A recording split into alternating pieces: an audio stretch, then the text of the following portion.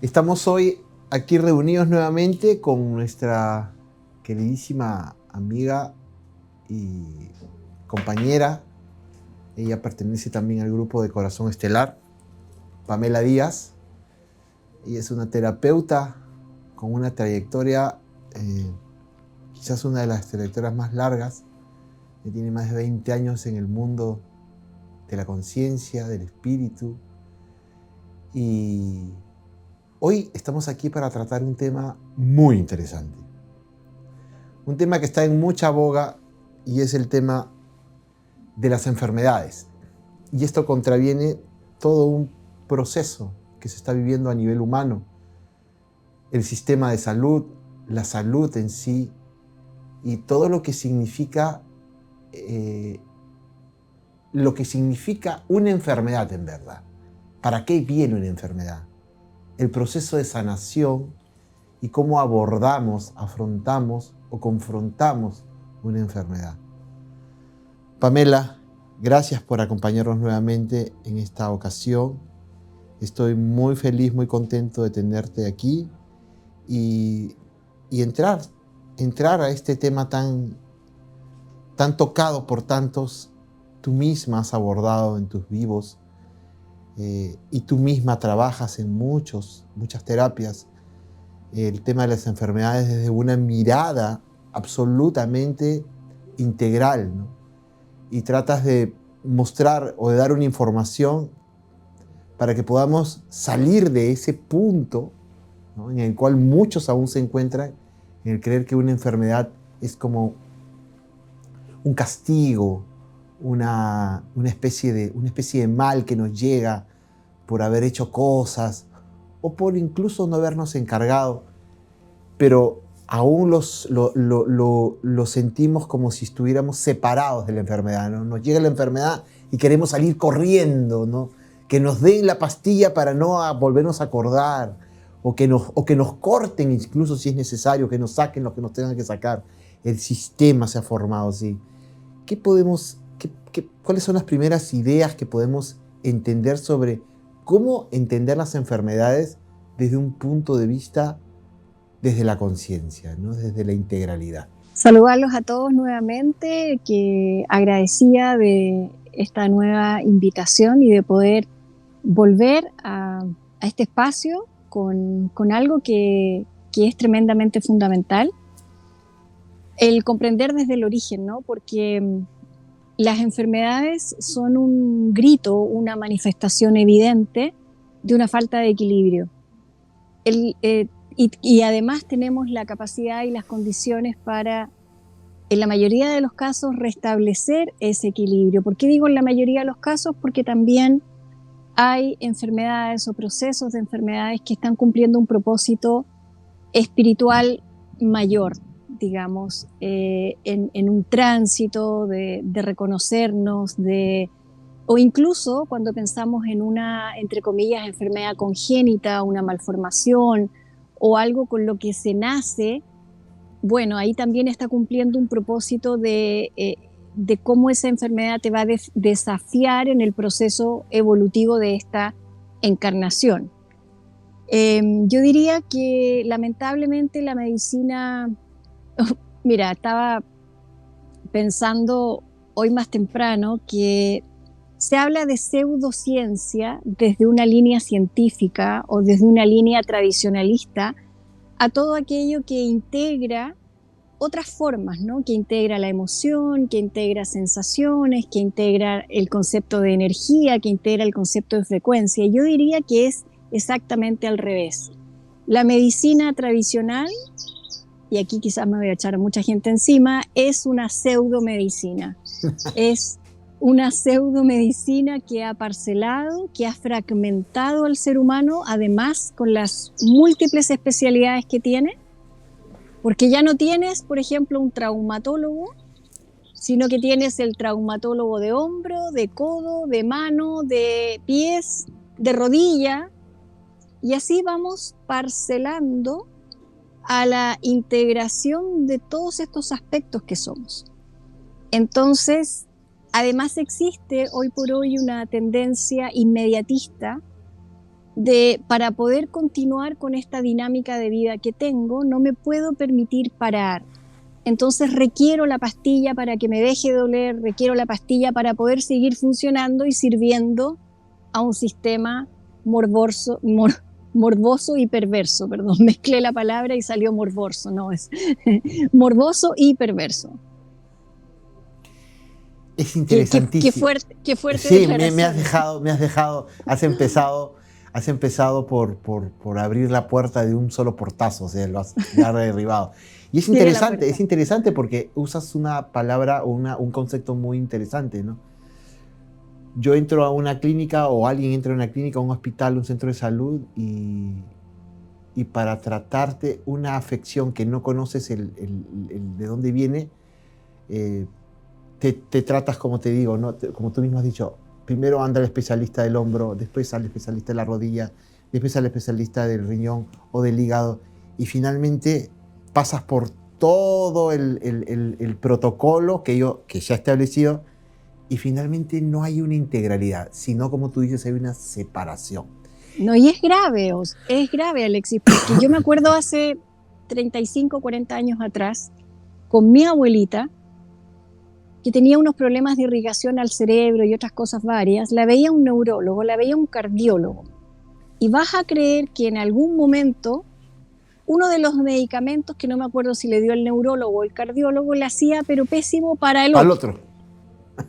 Entonces, la verdad es que es un dar bote, es un fragmentar la conciencia.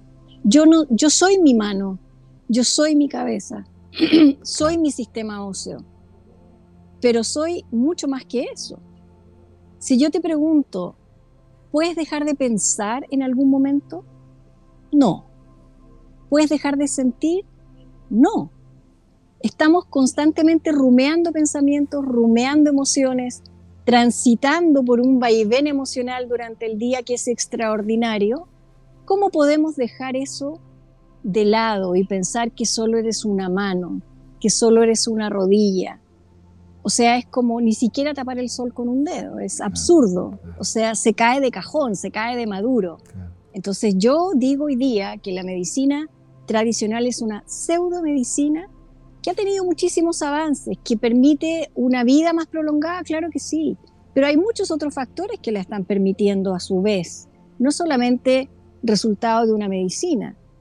Y hay algo que antiguamente, te estoy hablando en la época que se habrá hecho el juramento hipocrático, por allá en la antigua Grecia, qué sé yo, que es, tomemos este desequilibrio para que descubras de alguna forma cómo restablecer tu equilibrio y te puedas sanar. ¿Por qué tenemos tan asumidos que si nos cortamos un dedo con un papel, con un cuchillo, ese dedo va a sanar? Y no tenemos asumido que podemos administrar una hipertensión, una diabetes, un dolor de cabeza sin recurrir a un analgésico, porque hay cosas que tenemos internalizadas. ¿Por qué si voy y me tengo que sacar un diente, sé que va a sangrar un rato, pero no va a sangrar a no ser que, claro, tenga una hemorragia y ya entre en otro proceso, pero no va a sangrar 5 días? ¿Por qué si me rasmillo la rodilla, si me sale un hematoma, sé que ese hematoma se va a disolver, sé que esa costra que tengo en la rodilla al cabo de 20 días va prácticamente a no dejar rastro? Entonces, ahí hay una disociación. Tenemos asumidas capacidades para sanar la piel, regenerar otras cosas, pero no la tenemos incorporada para todas las enfermedades justamente por esta parcelación y porque en esa parcelación le estamos entregando el poder y la conciencia a un médico, a un sistema, y ni hablar de ese sistema que empieza con F y que tiene y está asociado a todos los medicamentos que no son ni más ni menos que una forma de preservarte en un estado de enfermedad. Vamos de frente, Pam. 2 conceptos claros. ¿Qué es un síntoma? ¿Qué es una enfermedad que se manifiesta en el cuerpo? ¿Qué está sucediendo cuando pasan estas dos cosas? Es un espejo de lo que está sucediendo contigo en tu interior. Es una manifestación de un desequilibrio del cual te tienes que hacer cargo. Es la bendición que tienes para decir, algo aquí no está funcionando bien. Y el cuerpo es literal. O sea, si me esguinzo un pie y se me hincha el tobillo y me cuesta caminar, entonces tengo que hacerme cargo que lo que estoy transitando, o el paso que quiero dar, o el paso que no di, o el paso que estoy postergando, me está afectando emocionalmente. Y por eso se manifiesta en un esguince de tobillo. Pero la persona puede decir, no, si lo que pasa es que la vereda estaba rota y metí el pie en un hoyo y me lo doblé. Tenemos que recordar que vivimos una experiencia cuántica, donde está todo relacionado con todo, donde todo aquello que nos sucede es una representación de quienes somos, de lo que estamos transitando o de lo que no hemos transitado y tenemos que transitar. Y a veces estas enfermedades nos tiran de boca, nos hacen la zancadilla, si se quiere, para que despertemos y tomemos conciencia. Y partiendo de ese punto, entonces, yo te comento, el otro día estaba manejando y veía un cartel, ¿no? Y era un cartel de una clínica de cáncer oncológica. Y decía lo siguiente: nosotros estamos contigo para dar lucha y batalla hasta el final al cáncer. No seremos la solución, pero estaremos contigo en la lucha. Y entonces mi pregunta directa es para ti: ¿cómo se afronta una enfermedad? ¿Desde el combate, desde la lucha? ¿La enfermedad hay que luchar contra ella o hay que integrarla? Primero te tienes que rendir ante la enfermedad. Y rendir no desde la conciencia de dejar de hacer, sino que no es que me rindo y bajo los brazos, no. Primero es asumir que estás en un desequilibrio para poder, desde esa rendición, entrar en sintonía contigo y poder hacerte cargo. Si yo la peleo y no quiero ver lo que esa enfermedad me está mostrando, se transforma en una lucha incesante. Claro. Incluso, no seamos tan dramáticos como del cáncer. Pensemos en una vesícula que está con cálculos biliares, ¿ok? Y que hoy día te hiciste una ecografía y aparece entonces que tu vesícula tiene cálculos. ¿Cuál es el riesgo de tener una vesícula con cálculos? Que ese cálculo va a salir por un conducto que se llama colédoco, ¿cierto? Pero si no logra atravesar el colédoco, todo este líquido biliar que está en la vesícula no va a poder drenar de manera natural el estómago y esa vesícula se puede reventar con una serie de complicaciones. Entonces, hoy día aparece la vesícula, ¿verdad? Aparece en tu ecografía y te dicen, ¿sabe qué? Es mejor sacarla. Hoy día sabemos que hay una serie de cosas que se pueden hacer para ir ayudando a que esos cálculos puedan ser efectivamente eliminados, pero el protocolo plantea que ante el riesgo extirpemos. Entonces, para preservar tu salud, entonces, si yo no me hago cargo de los conflictos emocionales que me llevaron a generar cálculos biliares, me van a sacar la vesícula, no he resuelto el conflicto emocional y me va a echar agua al bote por otro lado. Claro. Tal cual. Claro, totalmente. Pero hablemos entonces ahora de este sistema, porque tú acabas de mostrar dos partes, ¿no?, de cómo se aborda la enfermedad. Primero, el sistema con F, y que yo lo voy a decir, que es el sistema farmacológico, ¿ok? Y en el cual la pregunta sería, ¿por qué estamos aún tan apegados a ese sistema, ¿no? ¿Por qué realmente queremos la pastilla? Y me incluyo en algunas situaciones de mi vida, y todos hemos estado, ¿no?, en esa posibilidad, pero es un trabajo desde la conciencia con disciplina. Ya está bien, o sea, si yo también recurro eventualmente a ciertos medicamentos, pero no por ello dejo de hacer mi proceso. Exactamente. Ok, que no es lo mismo. Pero respondiendo a tu pregunta de por qué estamos tan aferrados, porque ha habido un trabajo de hormiga desde hace muchos años en donde este tipo de industria está presente en la formación académica, en la formación universitaria.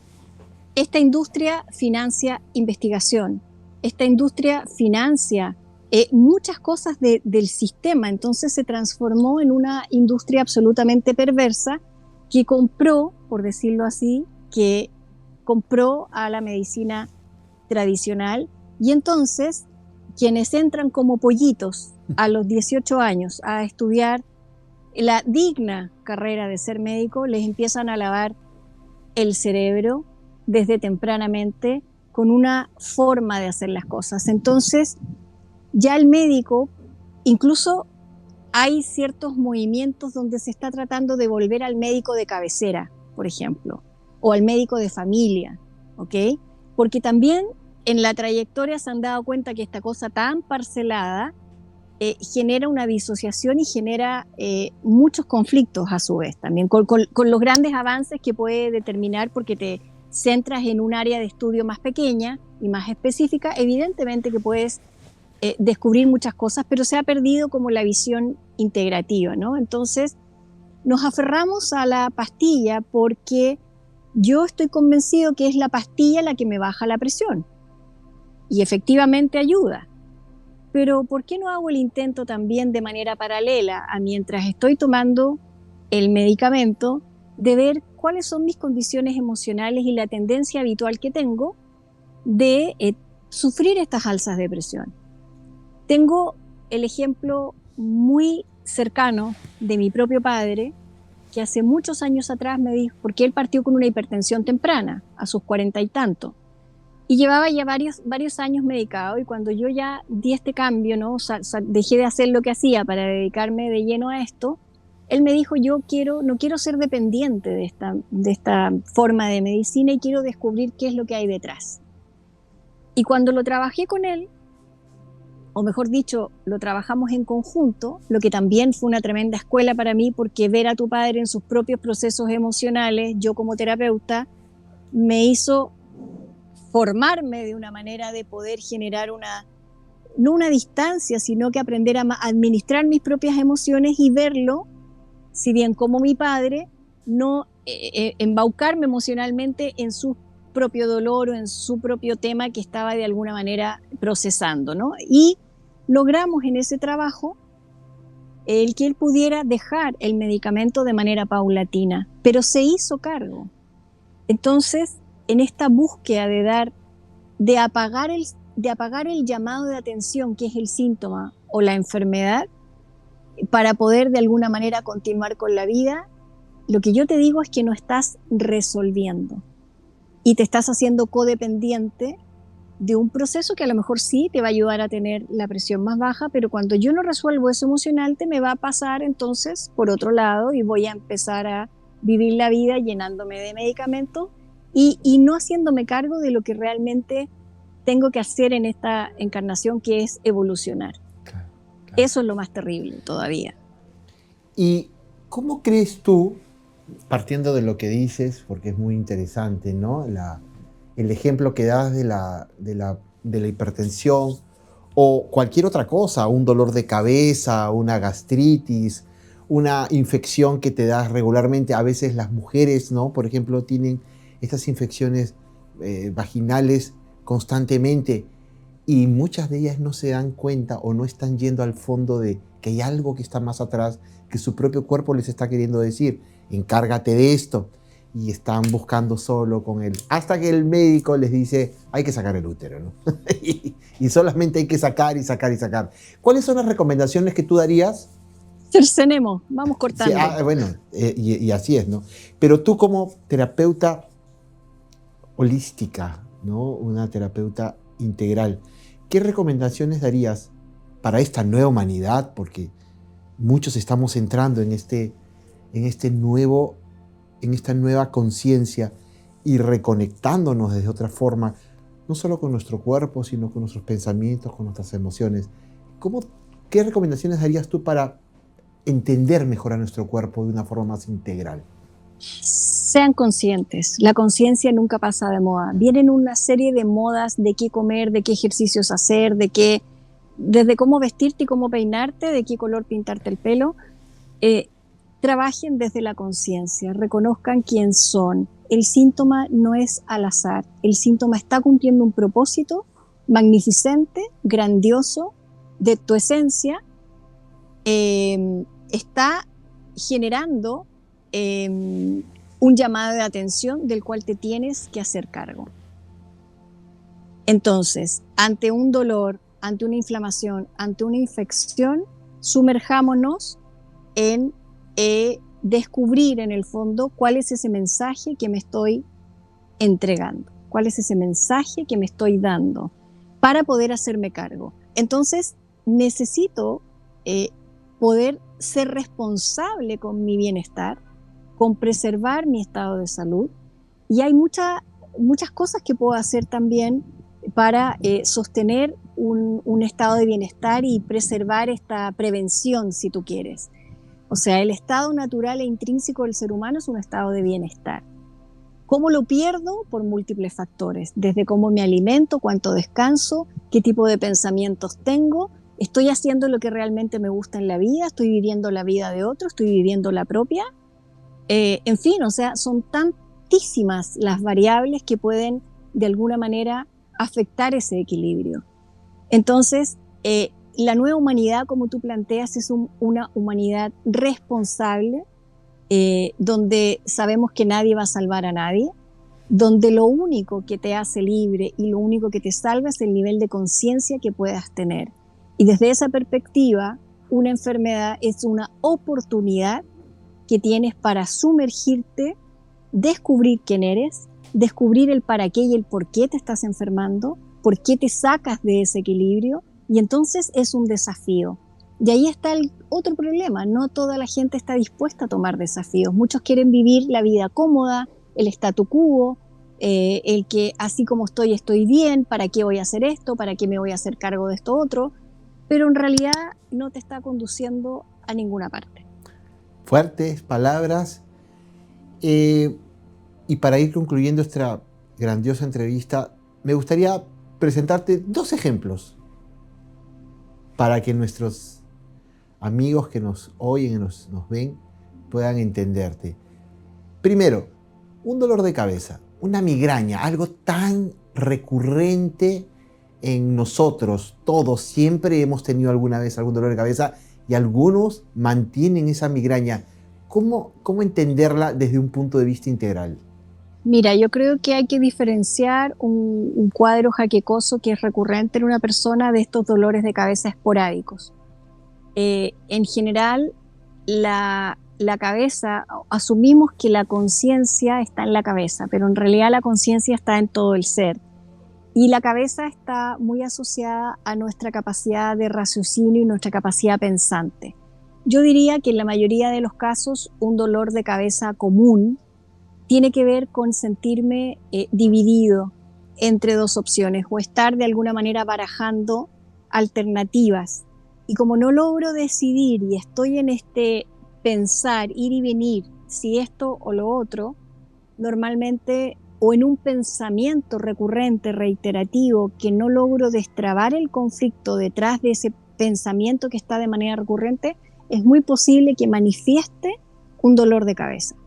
Ahora, también el dolor de cabeza puede ser un síntoma de una gripe, por ejemplo, de un trastorno estomacal, y va acompañado de otra sintomatología. Hay que entender todas las sintomatologías porque en ese sentido el cuerpo es un espejo.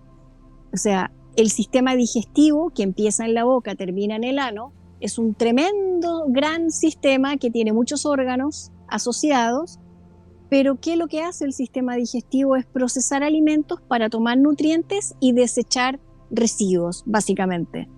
Entonces, en cómo yo viva la vida, cómo yo tomo cada acontecimiento, cómo lo degluto, cómo lo proceso, cómo me nutro de él y cómo lo elimino, tiene que ver, por ejemplo. Ahora ya un cuadro jaquecoso de migraña ya más recurrente, suelen haber otros temas. Me ha tocado ver a lo largo del tiempo que hay mucho conflicto con el padre, muchas veces, que es quien nos da de alguna manera la estructura. No necesariamente yo quepo dentro de esa estructura, o me queda grande o me queda chica, etcétera, etcétera, y manifiesta de alguna manera, por ejemplo, por ahí. Entonces, para hacer ciertas diferencias. Interesante, ¿no? He visto también muchas mujeres que tienen dolores de cabeza y que básicamente están manifestando una incompatibilidad con la figura del padre. Muy interesante. Y un tema recurrente y hoy que se ve por todos lados, ¿no? La diabetes, algo que está ahí siempre. A ver, pero te planteo yo la pregunta. Claro. ¿Cómo defines tú la diabetes desde lo que tú entiendes Desde lo que afuera? yo entiendo es la imposibilidad de que el páncreas genere una insulina para procesar la glucosa y el azúcar y todo. Y por lo tanto te hace tener niveles de azúcar alto en la sangre. Así es. ¿Y qué es el azúcar o la glucosa? Dulzura. Dulzura, exactamente. Entonces, normalmente hay varias cosas, porque no es lo mismo una diabetes que una resistencia a la insulina, por ejemplo, que es que tu páncreas está procesando, está generando insulina, pero tu cuerpo no la acepta, digamos, o no deja que esa insulina que tu páncreas genera realmente procese los alimentos para que tus niveles de azúcar estén normales, digamos, normales, ¿no? Entonces no es lo mismo, pero el tener el azúcar más alta habla y manifiesta que yo necesito más dulzura de alguna manera. Por ende, puedo inferir que esa infancia, esa primera infancia, de alguna manera tuvo un sesgo, de alguna manera tuvo una carencia. Entonces, como no la he logrado cubrir por mí mismo a través de los años, el cuerpo reacciona. El cuerpo genera este nivel de azúcar que estoy necesitando más dulzura en mi vida. ¿Y por qué la estoy necesitando? ¿Porque espero que me la den otros o la estoy procesando a través de reconocerme quién soy? Hay mucho que explorar en una diabetes, pero en términos muy generales, y aquí cada persona es un universo en sí misma, pero en términos muy generales esa persona está compensando una falta de azúcar, de dulzura que tuvo en algún momento de su vida. Pero eso también querría decir que si esa persona trabaja a profundidad y a conciencia esos recuerdos o esa infancia o esos eventos, esas experiencias en las cuales se siente descompensada, no vamos a decirlo de dulzura, podría alcanzar un nivel óptimo. O sea, estamos destinados a sanar nosotros mismos. Pero para eso te tienes que hacer responsable de qué vivencias, de qué experiencias detonan en esa diabetes o en la enfermedad que sea, y el por qué y el para qué. Pero nuevamente, para preservar un estado de salud, se exige ser consciente del que sepas para qué estás aquí también. Claro.